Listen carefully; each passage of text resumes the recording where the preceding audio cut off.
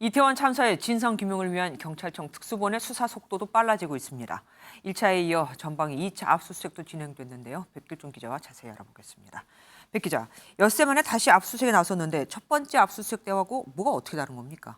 네, 앞서 리포트에서 전해드린 대로 이번 압수수색은 경찰과 구청 등 4개 기관 55개 장소로 대상이 대폭 늘어났습니다. 네.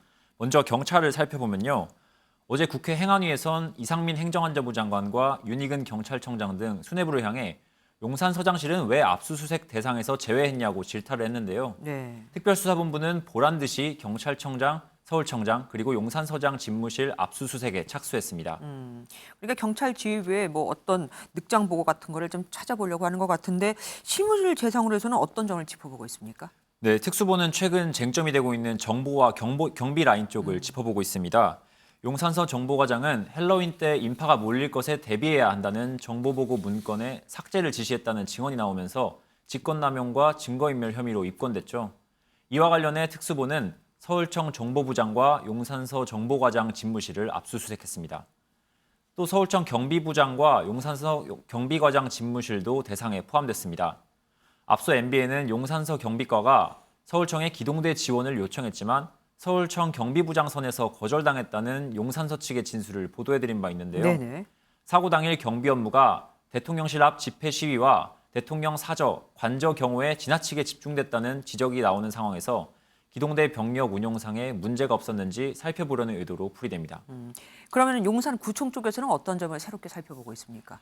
네, 용산구청은 며칠 전 용산구청 CCTV 통합관제센터 근무 일지가 공개되면서 사고 전후로 CCTV 모니터링을 충실히 하지 못했다는 의혹이 제기됐는데요. 네. 특수본은 관제센터에 대한 압수수색도 진행하면서 관련자들이 업무에 소홀했던 것은 아닌지 따져볼 것으로 보입니다. 지난번에 훑어봤던 112 상황실도 또 다시 한번 압수수색을 했던데 상황실 수사는 어떻게 돼가고 있길래 이렇게 또 다시 한 겁니까? 네, 경찰은 서울청과 용산서 112 상황실을 다시 한번 추적하고 있습니다.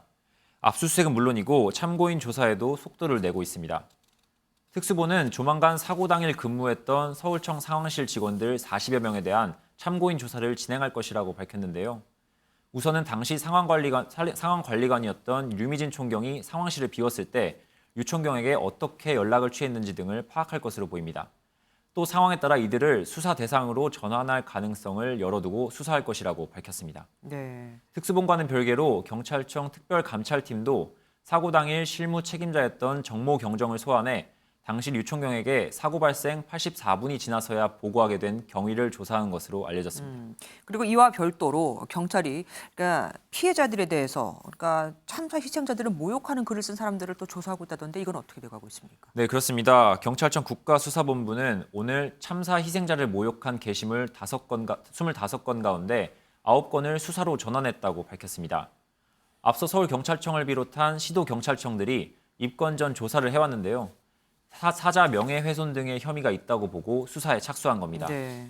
아직 모든 게시글의 작성자가 누구인지 특정한 것은 아닌데 수사 대상에는 희생자를 성적으로 모욕한 아유, 내용도 포함된 것으로 확인됐습니다. 어떡합니까? 그런데 지금 앞서 말씀하시기를 25건 가운데 9건만 전환이 됐다고 했잖아요. 그럼 나머지 16건은 문제가 없는 겁니까? 그렇지 않습니다. 국수본은 아직 내사 중이지만 수사를 진행하면서 점점 수사로 전환될 것이라고 밝혔습니다.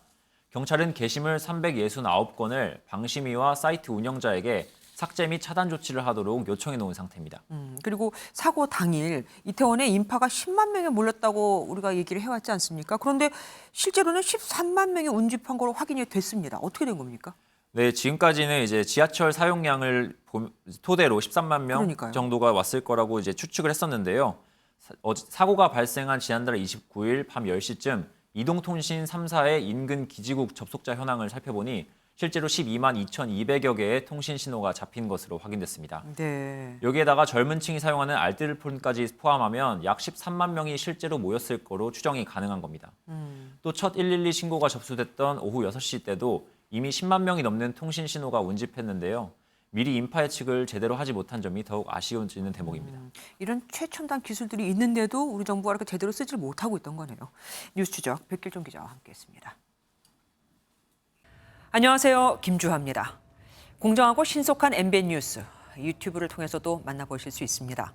특히 더 많은 뉴스와 라이브를 보고 싶으시다면 오른쪽을 눌러서 구독하시면 됩니다.